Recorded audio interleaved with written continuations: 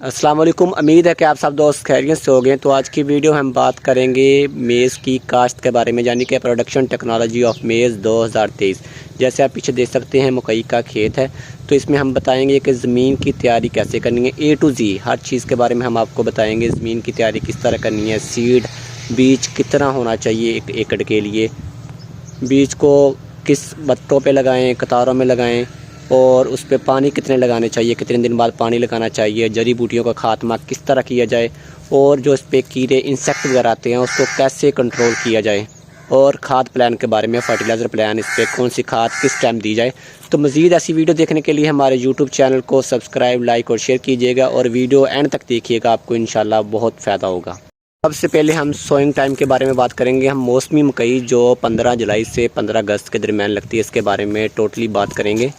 इसका best time यही है कि आप 15 जुलाई से लगानी शुरू करें और 15 अगस्त तक आप अपने खेत में मकई लगा लें। और 1 एकड़ के लिए सीड रेट जो सीड है वो 8 से 10 केजी 10 किलो होना चाहिए। 8 से 10 किलोग्राम 1 एकड़ के लिए सीड होना चाहिए। तो अब हम ज़मीन की तैयारी की बात करते हैं। तो ज़मीन की तैयारी में आपने गहरा हल चलाएं अच्छी तरीके से, उसको रूढ़ी वगैरह दें। उसमें मिट्टी पलटने वाला हल 1.5 से 2 मंथ पहले आप उसको लगाएं। उसके बाद 3 से 4 मरतबा आप हल चलाएं, सहागा दें। जैसे आपकी ज़मीन की काश्त होती है तो बाद में आपने इसको लगाने का तरीका काश्त इसका क्या होगा। इसके 3 तरीके हैं। इसको आप वट्टों पर काश्त कर सकते हैं, पटरियों पर काश्त कर सकते हैं, और कतारों में। वट्टों के बारे में बात करते हैं तो ये अब आपाशी इलाकों में, जिस इलाके में पानी ज़्यादा होता है, वहाँ मकई वट्टों पे लगाई जाती है। तो इसमें आपने 2.5 फुट के फासले पर वट्टें बनानी हैं। जो मौसमी मकई होती है इसका आपको पता है कि इसको जब जितनी कम धूप मिले उतना इसका फ़ायदा होता है, उसकी जर्मिनेशन ज़्यादा होती है, गाँव ज़्यादा होता है। तो इसको आपने वट्टों में 7 इंच के फासले पे लगाना है। इसी तरह पटरियों पे काश्त जो है वो भी आपाशी इलाकों में होती है, तो इसमें आपने 3.5 फुट आपका वट्टों बनानी है, पटरियाँ वगैरह बनानी है फासले पे, और 10 इंच के फासले पर आपने उसका सीड लगा देना है। और जो कतारों पे काश्त होती है बरानी इलाकों के लिए होती है। तो जैसे कि हमारे पीछे आप देख सकते हैं कि ये आपाशी इलाका है, तो यहाँ हम वट्टों पे काश्त या पट्टियों पे काश्त करेंगे।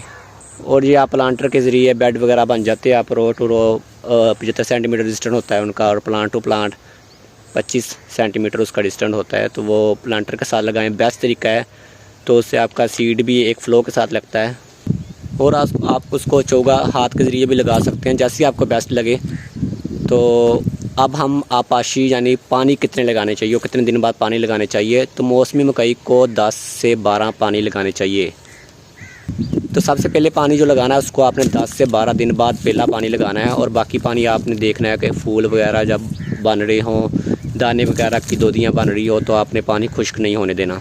और इस बात का ख्याल रखना कि बारिश के बाद आपने फालतू पानी नहीं लगाना। ये नहीं कि पानी लगाना ही लगाना है।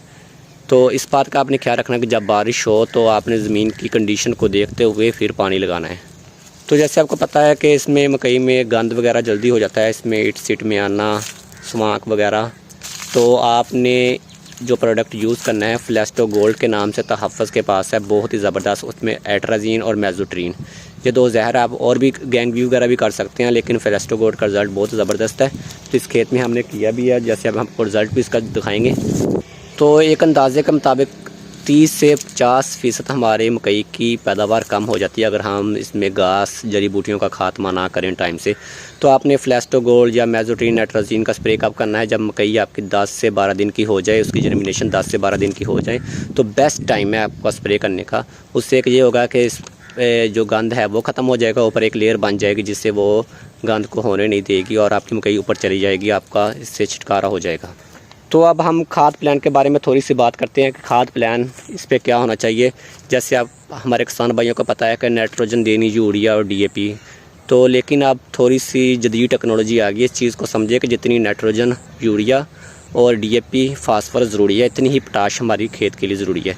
तो आपने इस तरह करना है कि इसको खाद प्लान में सबसे पहले जब पानी लगाना है DAP 2 नीचे डाल दी, 1 बोरी डाल दी, आगे नाइट्रोफास डालें या यूरिया वगैरह डालें, तो उसके साथ जिंक डालें लाजमी, हुमक एसिड डालें, और पोटाश लाजमी फ्लड करें, और 2 पैकेट सल्फ़र 1 kg यानी कि 2 किलो एक खेत के लिए सल्फ़र लाजमी आप इसमें फ्लड करें।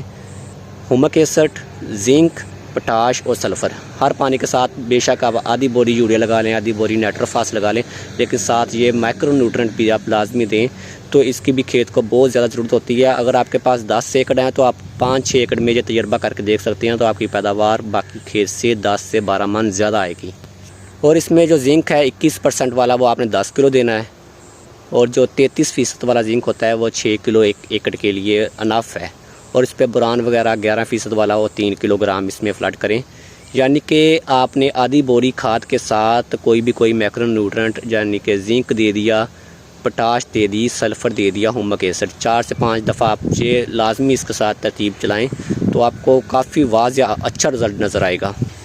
तो अब हम इस पे इंसेक्ट के बारे में यानी कीड़ों के बारे में बात करते हैं। तो जैसे आपको पता है इसमें शुरू में शूट फ्लाई, जिसे हम कीड़ी कहते हैं, किसान भाई सब दोस्त कीड़ी कहते हैं, होती शूट फ्लाई है। वो कोम्पल पे अटैक करती है, यानी फसल 10 दिन की हो जाती है तो उसका अटैक शुरू होता है। अभी उगती फसल पे उसका अटैक शुरू होता है और हमारी कोम्पल को खाना शुरू कर देती है, और इसमें इतनी कुव्वत मुताफ़कत नहीं होती कि वो उसको कंट्रोल कर सके। तो शूट फ्लाई को आपने रोकने के लिए सबसे पहले मीडाक्लोरोपर्ड इसका स्प्रे कर लें, एमामेक्टिन लीफोरान उसका स्प्रे कर लें। उसके बाद इस पर सब्ज़ तेल आता है, और फॉल आर्मी वर्म का अटैक बहुत ज़्यादा होता है पिछले 2-3 सालों से, तो किसान भाई काफ़ी परेशान है। उसके बारे में हमने अलग वीडियो बनाई है, वो आप देख लीजिएगा। मज़ीद ऐसी वीडियो देखने के लिए हमारे यूट्यूब चैनल को सब्सक्राइब, शेयर और लाइक कीजिएगा। शुक्रिया।